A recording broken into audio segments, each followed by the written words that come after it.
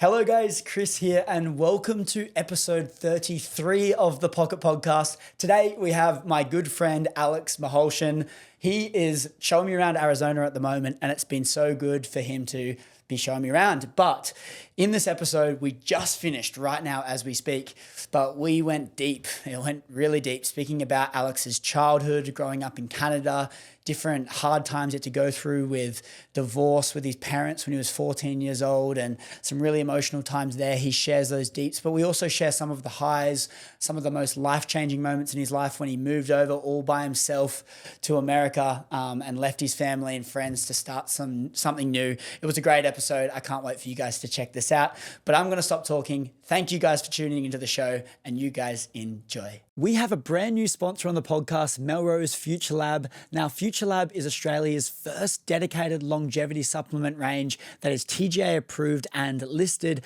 Australian made and science backed. I'm not going to dive too into the weeds of all of their amazing products, but I just want to talk about one today that is their best seller, and I've been taking it every single day and have seen a noticeable difference, and that is the NAD Booster. Now, this product is massively trending at the moment with Dr. David Sinclair, Peter Attia, Andrew Huberman, LeBron James, Hailey Bieber, Kendall Jenner. The list goes on and on and on. And that is because it supports the most important molecule in your whole body, which is NAD, and that is responsible for cellular renewal. In a simple sense, you are born with DNA, and there's a set of instructions that make up who you are.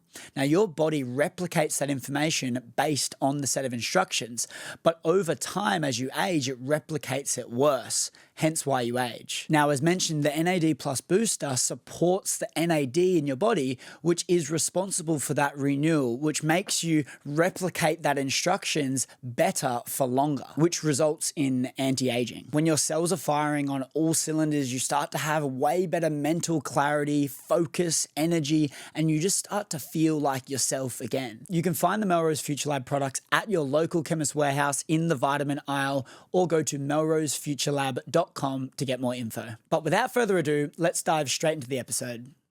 I always see that on like podcasts where people are like Mike Tyson or something. He's like talking out of the mic at all at all costs, and they're like, "Man, you gotta put it closer to you." So, yeah, and they keep bringing it in closer. Keep bringing it in. Yeah, but it's always good when we can get it lined up and get set up. Always in a new studio, so gonna make sure that we're making everything good and it's good to go. Absolutely, here. But brother, I appreciate you coming on the show, my man. Before the show, I got you to write down a quote for me. Okay. It was something that you love, something that came to mind, my friend Alex, and you wrote the one that is on your screensaver on your phone. Yep. You wrote, open every door that you possibly can.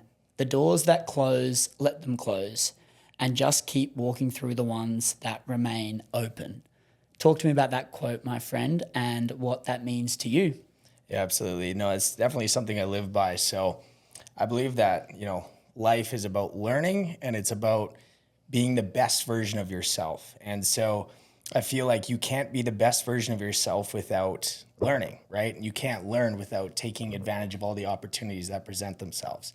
Now, recently I started to become a lot more faithful with God, and I've started to lean on God for a lot more answers in my life. And I think that there's two things that God gives to me, and it's, he directs me and he protects me. And so I feel like the doors that are left open, those are my direction to something greater, right? And the doors that are left closed, that's my protection, right? He's protecting me from something that, is not for me, right? So I believe that I'm heading in the right direction by going through all the open doors. So putting that in face hands and going, what's meant to be is meant to be. Yes, and the sir. ones that are closed, he's protecting me by closing those doors. And the ones that are open, he is directing me. Absolutely. Yeah, I think that's the biggest thing for me is I do believe that everything happens for a reason. I do believe that he's directing me in the right direction. I think that there's, obviously there was something recent happened in my life where I'm pretty, I don't know how to feel about what's recently happened in my life. We can get into that in a bit, but I'm trying to lean on him a little bit more right now. I've been praying a lot every single night, and knowing that I'm in his hands, and knowing that he is directing me in the right direction, and he's opening doors to maybe something a little bit greater. I know that I'm in good hands right now. So that's kind of that's why I'm leaning a lot more on that quote. I love that, man, and appreciate you sharing. And just before we dive into some of that stuff, I would love to take it back a little bit to, when you were younger as a child. And I find a lot of the times, a lot of the things that we do, we can find similarities to us doing those when we're kids too.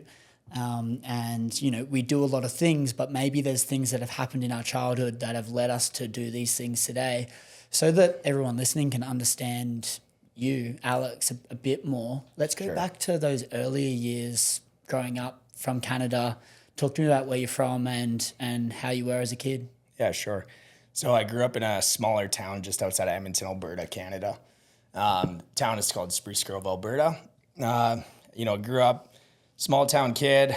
There's maybe 40,000 kids in my hometown. And I remember, as a child, I had we had like the perfect little middle class neighborhood, right? So we had all of our friends were all around the same age. And I remember, always, knocking on all my friends' doors growing up and, wanting to go play baseball in the field or wanting to go play street hockey, because Canada is very hockey driven, right? Everybody plays hockey. So, and all sports, right? So I remember, just little times like that where, on weekends we'd look forward to, spending time with our friends and asking them to come, play games out in the field or play, sports on the, play street hockey. I think that was probably, something that I always can remember and always can cherish. And I think that's a huge difference than, where I am now. I think that those little moments like that, just being able to spend time with, people that you used to care about a lot, and I still do, but people change, right? But at a younger age, it was definitely those are the things that I care most about. And what age are you talking about there? Yeah, that was around 10 years old, I can think of, right? So, 10 years old. There's the only worry I had in the world was if my friends were home and willing to go play sports with me in the backyard. That's such an interesting thing that you just said. That was the only worry that you had. Yes, sir. That just made me think of something. As you get older in life, do you think life gets easier or harder? Yeah, so I think life gets much harder as you get older. And the reason I say that is I always actually think about this exact scenario is I always tell myself, and I tell some of my friends and, my girlfriend at the time, I said, I wish I could go back to when I was a kid. And the reason I say that is, it seemed like there was really no worries in the world. For one, my parents were still together. My parents got a divorce when I was 14. My parents are still together. I love them both very much. They were both my best friends, right? I always said I love my dad just as much as I love my mom. And, there was no worries there. I remember, just being able to go play sports and go to school, go play sports. I didn't even care about school at that age. I just wanted to come home and go play with my friends. And that was really the only worry. And looking forward to, we had 9 months of cold winters, right? It was very snowy, very cold. I remember just, looking forward to those summer nights when we didn't have school and everything was just, there was just really no worries. Yeah. But why would you wish to go back there? Is there something in life today that you feel like, as you get older, you develop a certain more, like you develop more challenge in your life, hence why you want to go back. But like, why specifically would you wish to go back? Because don't you feel like all the lessons that you've learnt to get you to who you are today, you would be grateful for? And if they said to you, you could go back and live that life again, what would be the reason you just want to go back there? You know what? Maybe you are right. I think going back, I think it would just be fun to go back to that day and age and just be able to just to live it maybe one more day. You know what I mean? Just to live it one more day, because I feel like right now I'm just, bottled up with so much anxiety. I've got depression. I have mental health issues. And I think that a lot of it has been bottled up as to, things that have happened throughout my years. And I've experienced a lot, and I'm very grateful for where I am right now and the things that I have experienced in my life. That being said, I miss the age and I miss the days where I had no worries. I guess I talk about this message so much, but like hard is only relative to what you've experienced in the past. Right. And so that's why when you're a kid, you don't have any worries. Yeah. And like you have no worries because you haven't really put yourself in those positions. You haven't experienced stuff to worry about. True. And it's quite interesting. You go down this journey and the same problems don't get harder to deal with. You just are faced with bigger problems, and then you have to learn how to face those problems. Yeah. And then once you've faced those problems, that's when you can then handle those problems easier. But then what happens is you keep experiencing harder and harder problems. So then it gets harder. I just want to go back before we fast forward a bit in your journey. And you said 14, your parents got divorced. Yeah.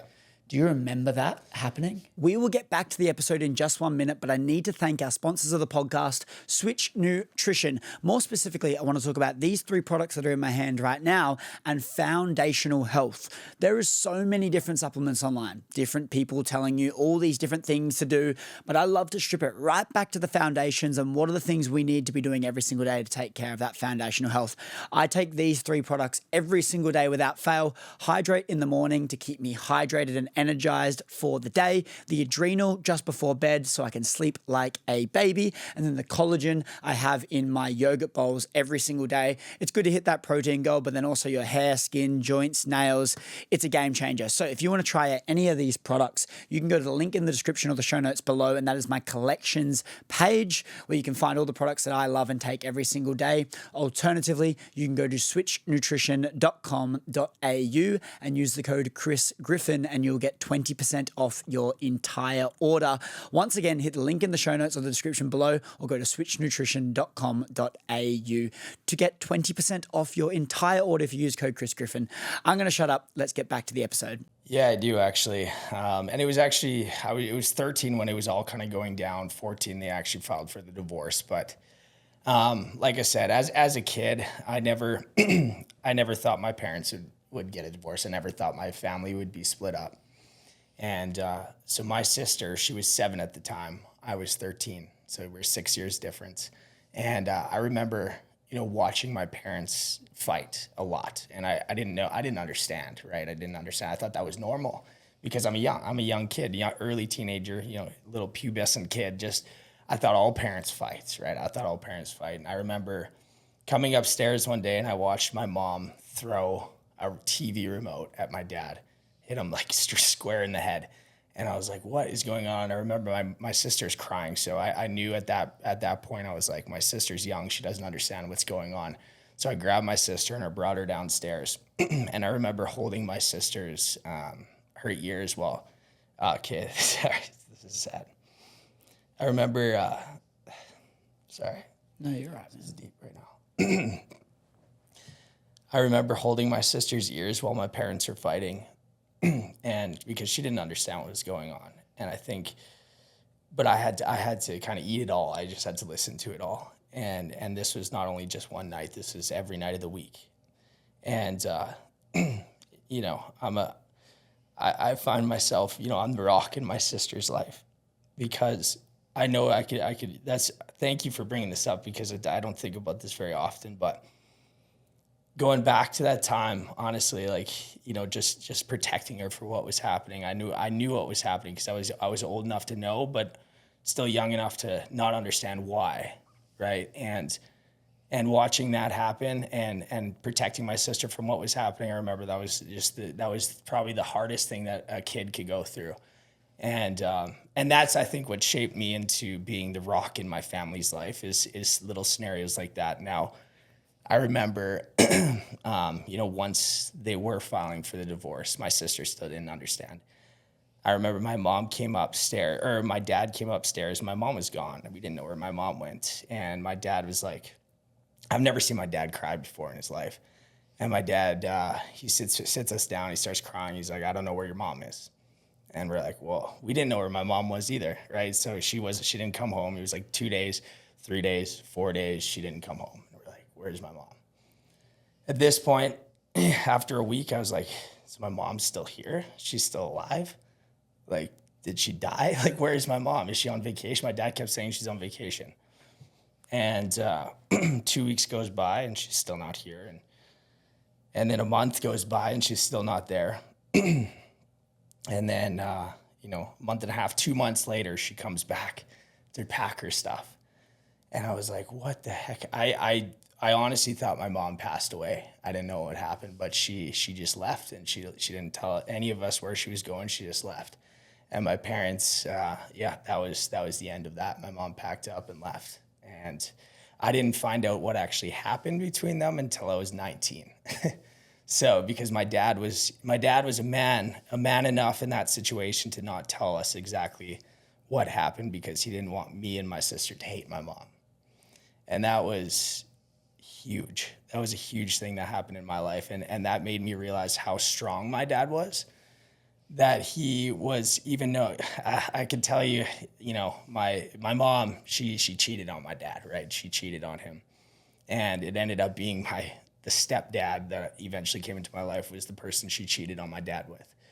And my dad was man enough to not tell us what happened, because he didn't want us to hate our mom, even though he hated her. And I think I look up to my dad so much now because of a situation like that. And I mean, that was probably one of the hardest things that's ever happened in my life. And I think that shaped me into who I am now. And when you say that, your dad was a man in that moment and he stood up, why do you think it was so beneficial that he didn't tell you that when you were 14 and waited till you were 19 to say that? Because he knew that at 14 years old, he knew that I was in one of those stages where I could either become a really good kid or really bad kid. I could hate someone or I could not hate someone. I could love someone or I can hate someone. And he knew at 14 years old, if he told me something like that, I would probably hate my mom, and I probably would not be talking to her right now. Wow. And then fast forward to that moment when he told you at 19, do you remember that time and what you were doing in your life then and how that felt for you when you found that out? Yeah, so it just randomly came up. I don't even think he was ever going to tell us. I remember, at 18, for one, my parents kicked me out at 18. They just said, you're a man now. You go to college and you move out, essentially. Pay for everything. You got to move out. So at 18, moved out, lived at a college campus, went to school. I remember coming back, and my parents would always invite us over for Sunday mornings. We'd always go for breakfast at their place. And I remember it slipped out somehow, where it was like we were talking about something about my mom, and he was like, well, she cheated on me. And we're like, wait, what? And he was like, I was like, what? And he's like, I thought it told you. And I was like, no. I'm like, what the hell? I was like, with who? And he's like, with Adam. And I was like, what? Adam's my stepdad. Like, what do you mean? I'm like, I thought she just left. I thought you guys were just fighting. He's like, no, she cheated on him. Yeah. Jesus. Wow. And I guess what's so interesting about this, and when you're saying my dad was a man when I was 14, is you would have handled that completely different at 14 than 19. Yeah. Because you're just a tiny little kid at 14. You don't really know any better. And if you go through something like that at 14, you're so right. It could literally lead you down a path that is very different to where you are now. And I guess it's really powerful, I think. Yep. And just so we can get a bit of an understanding on that when you left out and you were 18, they're like, you've got to get out. And they tell you to just leave school. Yep. Leave home, sorry. When you went to this college and started studying, what did you study and what did you get into and where did you go from there? Yeah, so I was playing hockey. I was playing like midget hockey, and then I went and played junior hockey by the time I was 17, 18 years old. And I had no idea what I wanted to do for school. I just knew that I had to go to school because my parents wanted me to go to school. I had no idea. So the only thing I could think of is like, I want to own a business. That's the only thing I could think of. I don't want to work for anybody. I want to own a business. So let's go to business school. So I ended up I went to a college and I took a business class, or my business degree. And so went through those years. It was good. I didn't really know why I was at school. I hated school at that time. I wanted to play hockey and nothing but hockey, right? So, but when they pretty much kicked me out and told me to go live on my own, I thought that was just the most brutal thing ever. I was like, you guys suck. I'm like, why would you kick me out? Like, I have no money. Like, what are you doing? And they're like, no, trust me. Like, you'll see eventually. You'll see eventually when you when you start making money, you'll see why we did what we did. And I never understood that until I actually finally realized at the age of like 23 years old why they did that for me. And I'm very thankful with, I've had to pay for everything, my car, my insurance, my gas, everything from 16 years old. And then 18, I had to go move into a place. I learned a lot from living on my own. I think, I met different roommates. I learned how to buy groceries. I learned how to save a little bit, even though I wasn't very good at saving. I still had to save because I had to pay rent, right? I had not much help with that. And I still, on top of that, had to play hockey, right? So I had to kind of like learn how to, work with money at 18 years old, when a lot of kids nowadays, I think they just live at home and they live free roll. And, even if they live at a college or they did move out, their parents pay for everything, right? And I think for me, I had to pay for everything from the age of 16, right? So maybe I wasn't a wealthy kid, I had to pay for everything. I had to learn how to save money. And that's something that my dad and my stepmom, actually, they taught me a lot of while I was growing up, was, how to work with finances and how to, save your money, and how to, how to do this and how to do that. And I was always just like, oh yeah, shut up. I hated it. Do you think it goes deeper than that though as well, in terms of if you're looking at the lessons from those times where you go, okay, they've basically forced you to figure it out yourself. Yep. And you're saying the lessons there about teaching you finances, how to save, groceries, all of that. Do you think it goes deeper than that in terms of the lessons that you've learned? If you look back at those times and when you become a parent, you want to parent and you want to teach those lessons as well. Yeah. Do you reckon it goes deeper? Because what comes to mind straight away for me is, as I look at it and go, it's the mindset and the callousing the mind, as Goggins says, the strengthening the mind, because it's putting you in more hardship earlier. Yeah. And I think it forces maturity. Absolutely. Because I genuinely don't believe that maturity is tied to age. I think it's tied to bearing responsibility. Yep. And the more responsibility you can bear and on board, the more competent you become at that thing, and then the more experience you gain at that thing, and then you gain maturity off the back of that. So I feel like it's much deeper. Do you think there's lessons that go beyond just groceries and saving and stuff from getting put on your own at a young age? Yeah, absolutely. Well, and you said it right there. I think that I learned hardship at a young age, where I was struggling for my rent was $900 a month, and I had, $905 to my name, but I still wanted to go drink with my friends. I still wanted to do all these things, but I think it taught me that. At that age, I always thought like the kids that got everything paid for, I was like, oh, they're so lucky. They're the luckiest kids ever. But I think obviously it taught me a lot more than that. It taught me responsibility at a young age, where I was able to bring that into my adult life after school. I thought that lesson was almost better, crazier and a better lesson than I've learned in a lot of the things I learned in school, to be honest. Yeah. Yeah. Do you think that moment at 18 was the most life-changing moment for you? Or would you say when you moved to America would be the most, or is there another life-changing? How about I put the ball in your court and go, what time in your life do you reckon was the most life-changing for you, where things really started to change in your life? Yeah, it's when I came to the US, actually. And if you want, I can go into that full story. I was, 24 years old when I decided to make a change, and I'll kind of go. I'll start a little bit before this. So, essentially, I graduated with my degree in marketing. After that, COVID hit. Right, I think COVID for a lot of people, it went one or two directions. Right, it either you sat at home and you didn't know what to do and you got lost, or you made big changes in your life. And for me, once I graduated with my degree, I started working. Actually, I was working at a construction job for a little bit because I still didn't know what I wanted to do. And then after that, I was like, you know what? I'm gonna move cities. I'm gonna move to a different city. I'm gonna move to Calgary. So I was living in Edmonton at the time, and Calgary is about 2.5 hours south. So I was like, I'm just gonna make a change. And the reason I wanted to make that small change is because I felt like everybody that I was friends with at the time, they were living this very simplistic lifestyle. They were living the 9-to-5 lifestyle. They didn't want to expand their mindset. They're very closed-minded. They work all week, live for the weekends. That's what their mindset was. And I was like, I knew once I was in my early 20s, I was like, that's not the lifestyle I want, because I felt like I was stuck in a circle. I was stuck in a rut. And so I was like, you know what? I'm going to make a little bit of a change. I'm going to try something different, because I always told myself I'm going to move somewhere. I'm going to move somewhere different. Even though all my best friends, my family is there, I'm going to make one small change. And so I made this one little change to go to Calgary.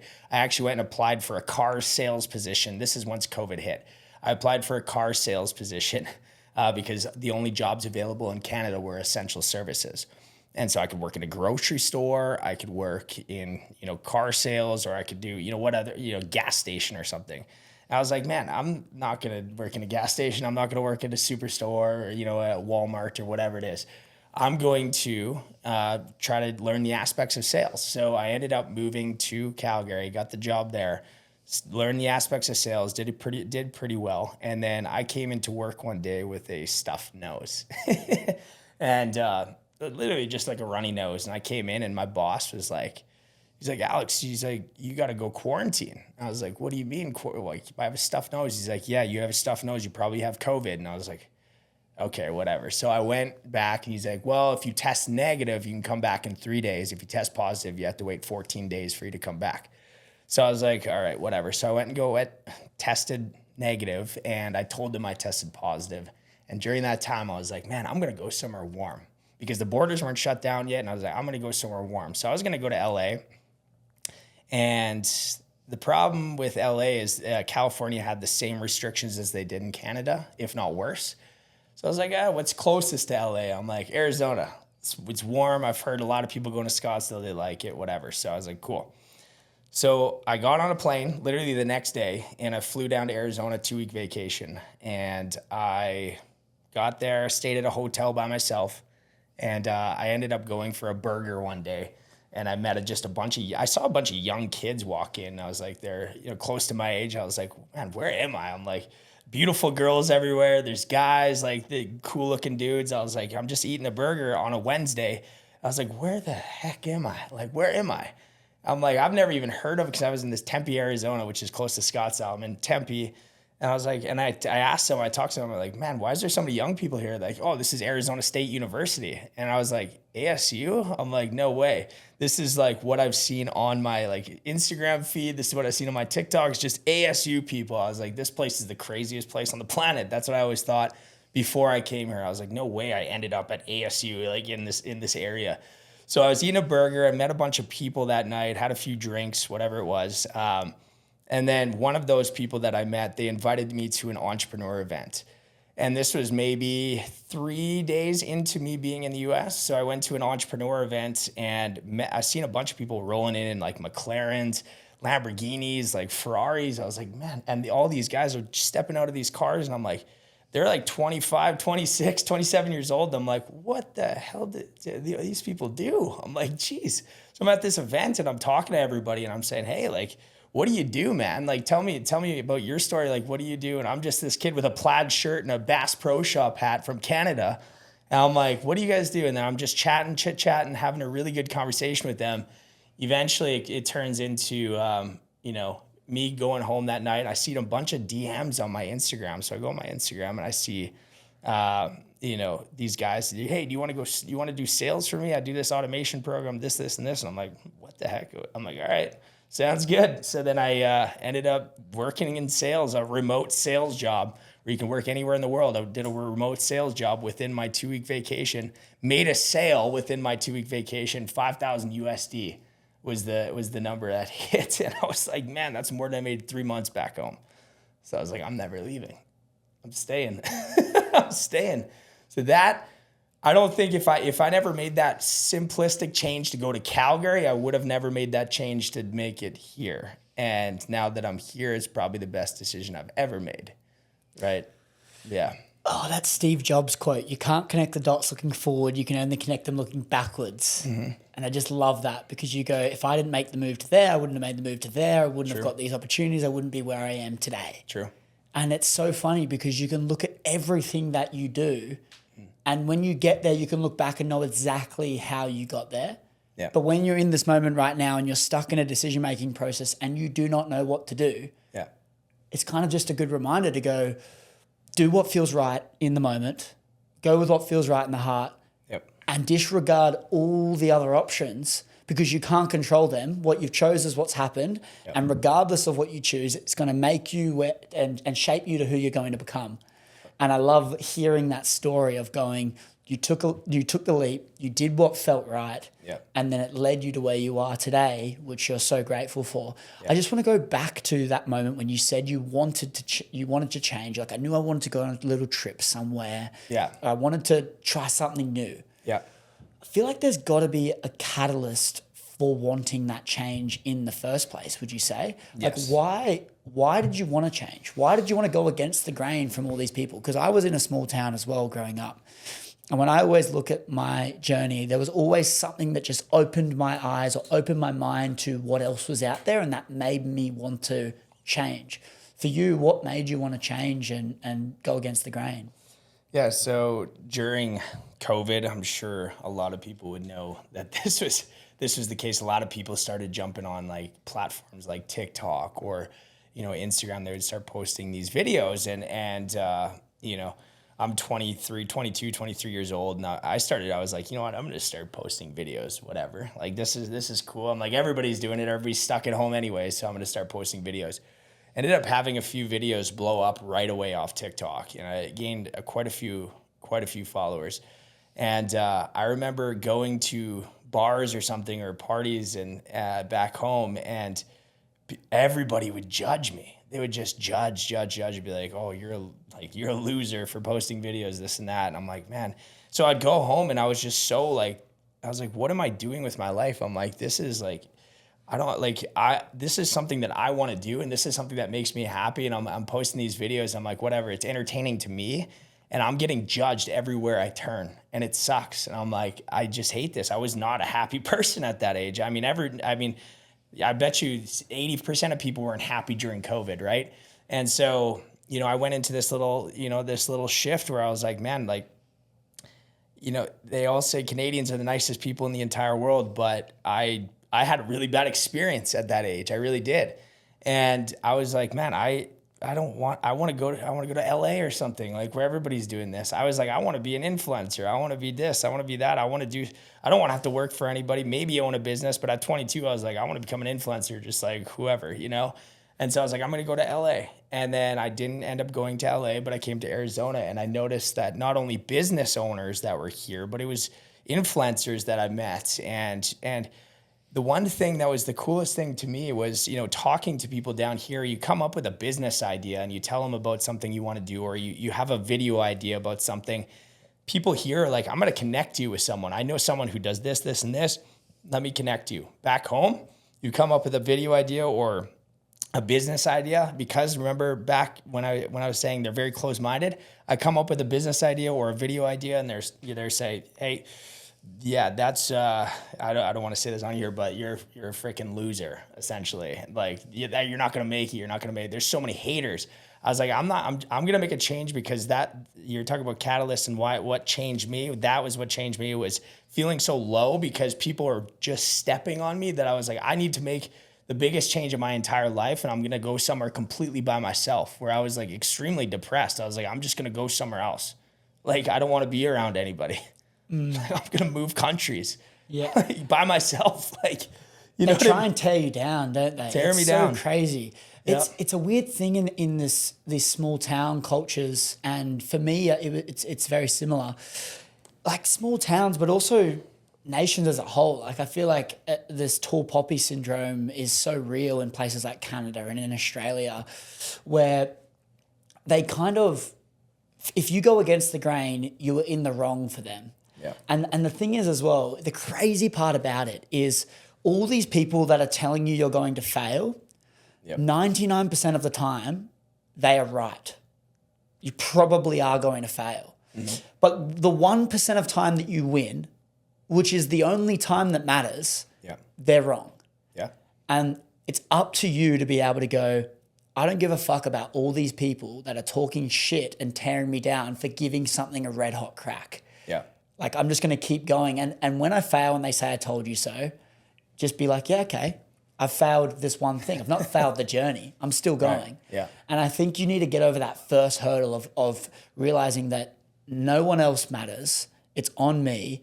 And I've got to be willing to get slammed on my face. I've got to be willing to be judged in order to achieve the life that I actually want to live. Absolutely. I think, yeah, and that goes back to that very first quote, right? The open doors, you know, if there's a door open, right, continue to follow through the doors that open, but the ones that close, leave them closed. Yeah. It happens for a reason, right? I feel like that also comes into this feeling of like stemming from where the confidence comes from and going like, the whole goal is to feel full within yourself. And so that you're confident that if a door closes, you can still stand on your 2 feet. I think it's a really interesting thing because we can get slammed on our face. We can go through really hard times and different challenging situations where we may not be able to see a clear way out. But ultimately, the way to gain that clarity and that vision is by building up yourself so that then when you look in the mirror, you're proud of who looks back. Yeah. If we tie that into social media, like for me, I've personally found challenging times, you know, looking at myself in the mirror and you know, not thinking, feeling like I might be a fraud or I'm not good enough or I'm in my head that I'm not who I say I am. And kind of can lack that self-esteem, the way that I view myself, that confidence that I have in myself. I can have that challenge sometimes. Yeah. Have you battled with that as well, with the more audience you've grown as well, or has it been an ongoing thing? Or talk to me about that self-esteem and confidence piece. Yeah, so I think the confidence piece came from me almost training myself to think a certain way because I was never always I wasn't always confident. I was really not actually. I've had some, you know, really tough times where I was very insecure. I've been through a really bad breakup when I was younger, where I felt like I wasn't good enough for anybody. And it took me going through all of these negative things and all these things that really, you know, kicked me to the dirt and these people that judged me. And it took me going to the lowest part of my life where I didn't even want to be here anymore to making myself realize that, hey, like, you know what, this is my one life. I need to become the best version of myself and the best version that I can become and realize that who cares what anybody thinks, right? Who cares what anybody thinks? I am who I am and I don't care if you're going to judge me. That's fine. And so I think I battled through that, especially when I started social media, where I had more hate comments and more hate towards me than I had positive. And so I battled through that. And now it's gotten to the point where I've just started blocking those people out, like legitimately blocking them. I blocked them completely out. And I continue to do this because I continue to grow. And I knew that building a personal brand is one of the biggest things in the world right now. That's one of the biggest things you can do for yourself is build a personal brand. And I find there's 2 sides of social media. There's the positive side and then there's the negative side, like where people judge people. And you see in any video that you watch now, you'll see a bunch of hate comments or people judging whoever, you know what I mean? And it's just brutal. But then you'll see more of a positive side. And I wanted to shift myself to more of that positive side because I like that side a lot more. It makes me feel good about myself. I know that I'm helping others as well, right? So the fact that I've gotten a few messages from people that send me paragraphs of, you know, how I've changed their life, how some of the things that I've said have, you know, helped them. And just me messaging back to them is probably, you know, they said to save their life. And like even if it was just one person that said that, I would still continue to do what I'm doing because I knew that I helped that one person, right? And I was in the same position as them, so I can relate, right? So that's essentially why I continue to post and will probably forever post on a daily basis because I know that I'm helping someone, at least one person each day. So why do you block out the hate comments? Yeah, because at that time in my life when I was blocking them out. You don't do it anymore? I don't do it anymore. It was when I first started. I started blocking them out because it got me to the point where I was like, I'm going to quit doing this. I'm like, I can't, I'm not strong enough mentally to deal with this. I'm like, I'm already in a weird state of mind. I mean, when you're in your early 20s, late teens, early 20s, you're in a weird state of mind. You're either, you know, some people can, are extremely mature at such a young age. But I think for me, it was, I was in a transition period. And I think when COVID hit, I was in this transition period where I didn't even know if I loved myself. And I didn't know how to love myself at all at that age, actually. And the fact that I was getting hateful comments from people, I just was like, man, it was ruining my self-esteem. So I just started blocking them out and just, preying on, the nice ones that come through. I'm like, okay, cool. That's why I do it. But the bad ones, that's, it almost made me stop, to be completely honest, and could delete all my accounts and everything. I hated it. Wow. And what made you overcome that? Because how can you get to a stage now where you don't block those out anymore?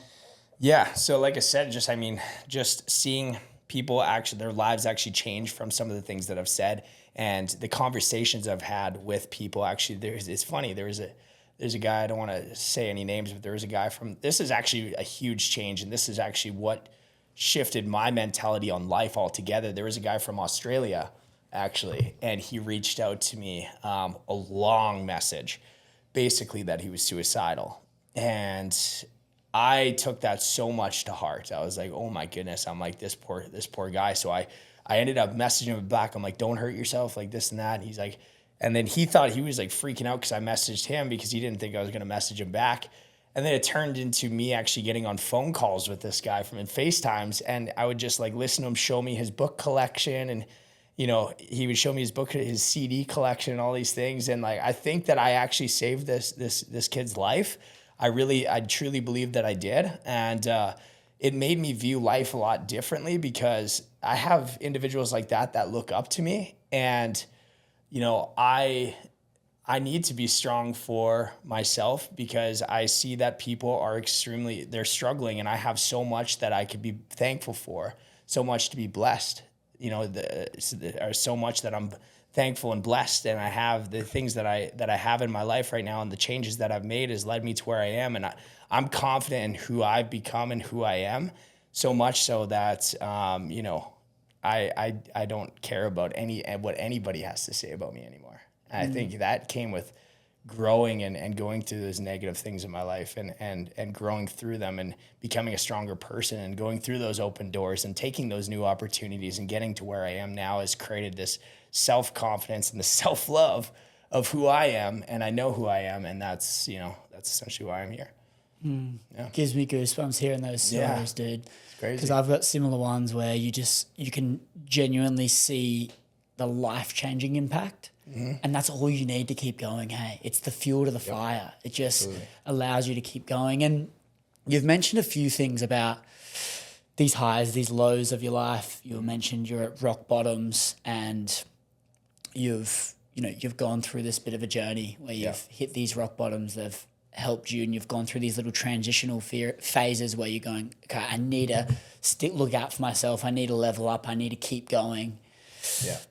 Let's fast forward to a bit further now. You mentioned at the very start of the podcast that you've, recently been going through a bit more of a tough time, and you've resorted back to God a lot more. Yeah. There's been something in your life that has made you look to that higher power and look to that God a lot more. And what was that catalyst for you to look more into faith? Yeah. So, do you like the story of what recently happened in my life? Well, just whatever you feel comfortable sharing. Whatever you feel comfortable sharing, of course. Yeah, I think, of course, where I'm at now, I started going to church a little bit more, and I just started, just kind of opening up my mindset to, a higher power. And I know that it's the way that it's made me feel. And I feel very, very protected and very loved by something that's much higher than where I am and who I am. And, there's little things like, for instance, I started praying during, when my grandpa was sick, right? I started praying during, times like that. And I never really knew what to believe, right? I was just like praying because that's what everybody told me to pray about, But very recently I started feeling something while I've been praying, and And you know what it is honestly, I'm going through a bit of a tough thing with my girlfriend right now, right? And a really tough thing with my girlfriend where she doesn't know how she should feel. She's younger, she's 22. She's going through a lot of big changes in her life right now. And I felt like I've always been the rock in my family's life and my sister's life. And I felt like I was the rock in her life. She was going through a family divorce as well. And she was going through finishing her school. She was going through a lot of stuff. And I just felt like I was the rock in her life. And we did long distance for about a year and a half. And then just she finally moved to Arizona. And yeah, just all these huge changes made her think that maybe she doesn't know exactly what she wants. And that was extremely confusing for me to hear because I felt like I was the only support system that she really had through all these hard times. How could she do this to me, right? Why does she need a break from me? I didn't do there was nothing even wrong with that relationship.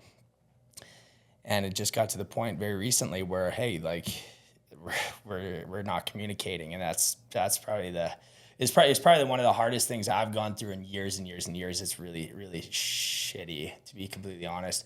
And I've just been praying every single night. I've just really been putting, my phone away, everything away, and sitting at my desk with my hand, my hands up and just praying and just like praying that, either we get back together, of course, but at the same time, more so, I pray that whatever she's going through leads her to where she needs, that clarity that she needs, whether it's with me or whether it's not. I'm at peace knowing that whatever is meant to happen is meant to happen.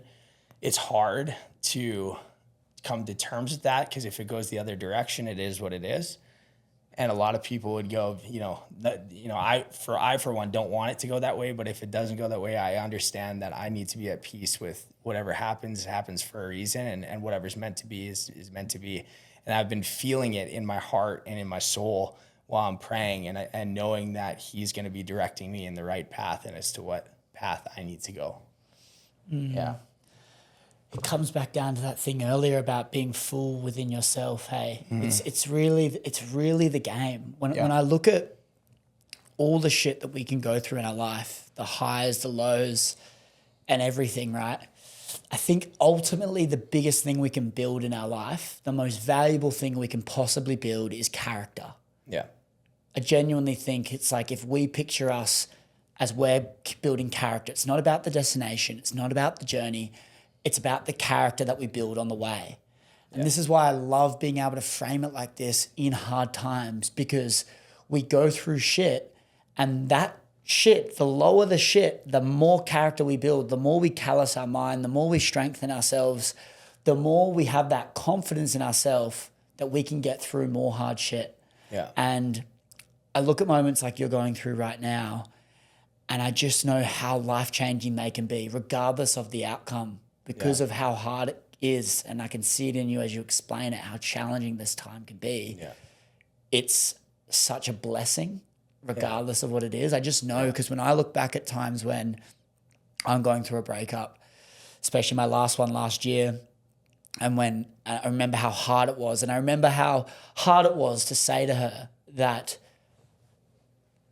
like, what I want is for you to be happy, and if that's not being with you, then if that's not being with me, then I don't want to be with you. I remember how hard that was to say, but I remember how important that was for me to go, regardless of the situation, what's best is what will happen, and that's what's gonna shape us to who we're gonna become. And it's kind of the only way that I could cope with that situation. Yeah, and I'm trying to cope with it. I think the hard part for me is knowing that for what I felt, I'm pretty good at reading people, and the way that I felt with her is something that I've never felt with anybody ever in my entire life. Like, I love this girl with my whole entire heart. Like, she's like literally everything to me. The hard things that she went through, like I'm there for her, you know what I mean? And I look at her, like, I care more so about her than I do myself, and that's probably not a good thing, but I want her to be happy. I really do. I think that, and like I said, I'm very good at reading people. And I think when we were doing this long distance relationship, and I think I was telling you this yesterday, just like I remember, she would come for a week at a time or 4 days at a time. And I remember she would be sitting down or laying down beside me the day that she's supposed to fly out, and we wouldn't see each other for another 6 to 8 weeks. And we'd just lay facing each other, just staring at each other's eyes. And just, we'd both be crying, knowing no words had to be said. We just knew, like, when we faced each other, we knew in our eyes that we just, like, it was the worst feeling in the world, but it was the best feeling in the world, because we felt the love for each other, but we also didn't want that person to leave. We didn't want to be away from each other for another 6 to 8 weeks, right? It was brutal.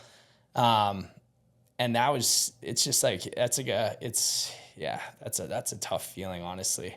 The way that the love that I felt from her, and the love that I have for her, and the love that she felt for me, and all these things, it's just like, it's something that's really, really hard to go through right now, because I never thought that this would ever end up like this. And there was really just nothing wrong with what our relationship was. I think she's just going through a lot of big changes right now, and the best that I can do is support her and respect her wishes as to giving her some space that she needs. That's hard, because I want to reach out every second of the day. I look at my story on Instagram, and I see that I want her to look at it. You know what I mean? I see that we still have each other's, location and stuff. I'm wondering if she's looking at mine, knowing that I'm out of the house and doing something good for myself. I'm always thinking about this, and I know it's very recent, but it's hard. It's hard. I think you're being really honest and open, which is the best thing, because we all go through that exact thing where you want to look at the location, you want to look at where they are, or they view my story, X, Y, and Z. Yeah. Most people feel that, but they're not willing to open up and say that that's actually what they're doing. But I think it's just we're human, right? And like, love is real, dude. It's really hectic. It's such a crazy thing, right? But like, I just look at it and I just go, like, what's meant to be is meant to be. And I love that when doors close, doors open, go to the ones that are of the opening doors that quote at the start. Just before we wrap up the show, your jumper, Self-Love, it's your clothing line that you've recently launched, your self-love journey. And what does it mean to you? Been referring to this kind of healing journey a bit, and overcoming these challenges and hard times throughout your life, and building up that self-love in yourself. Yeah. Why'd you put self-love on a hoodie, and what does that mean to you? Yeah, so I think, self-love stems from a lot of different things, not only your fitness health, your brain health, your mental health, your nutrition, what you eat, and things that, the waking up early and getting things done on a daily basis. Like, this all stems to you starting to love yourself a little bit more. The reason I created this is because I went through times where my mental health wasn't great. My family's mental health wasn't great. I'm always, trying to be the rock, but at the same time, I need a rock sometimes too, right? And I need to, bear down and love myself enough that I know that I can help others with that, and I can hopefully, someone wearing this knows that, okay, they can think about, I love myself, or I'm trying to love myself, which is why I have the little quote on the side that says, "You have always been enough." I think a lot of people don't realize that they are enough, no matter who they are and what they are. I think you have always been enough, and you for anybody and for yourself, right? You're a great person. You too. You've always been enough too. I've heard a lot of the stories and where you've come from, and dude, I just want to say that I really appreciate you as a friendship, on a friendship level, and dude, you've always been enough. You're a great person, dude, and I appreciate you. Thank you so much, man. I really appreciate it, dude. And man, it's been so cool to be around Arizona. You show me around, and I just appreciate you and everything that you're doing. And we have a lot of people that probably follow both of us. I got a message from Fiona. Shout out to you, Fiona. You'll be watching this. Yeah. And she was just saying it was so cool that we could meet together, and she was saying how amazing we both are. And it's so cool to see people, come across both platforms, really enjoy the stuff that we're sharing. And I don't know, just such a special thing, making an impact on someone's life. It's the biggest fuel to the fire that I think I possibly have. It trumps more. It's a way better feeling than any money I could ever make. It's a way better feeling than anything else I can really do. It's just making sure that we're making an impact. It's so amazing. Making an impact, and being the best version of yourself that you can be, and hopefully that, whether it makes an impact on one person or 280,000 people, who knows?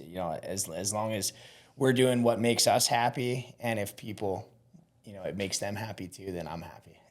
I love it, man. Yeah. And thank you for coming on the show, dude. Yeah, is there anything else you wanted to share before we head off, or are we all good? No, all good. I just wanted to say appreciate it and welcome to America, and looking forward to the next couple weeks. Thank you so much, man. And if you guys made it to the end, thank you for sticking around. The first podcast I've ever filmed in America, the first time I've ever been in America, and I'm pumped to be able to do it with my man, Alex. I appreciate him showing me around Arizona, but we are going to sign out this episode. If you've made it this far, leave a review on Spotify and Apple, a 5-star one, a good one. It helps the show grow, helps us get amazing people just like Alex back on the show so we can keep on growing together. We're going to sign out, but I'll see you guys next week. See you later. See you later.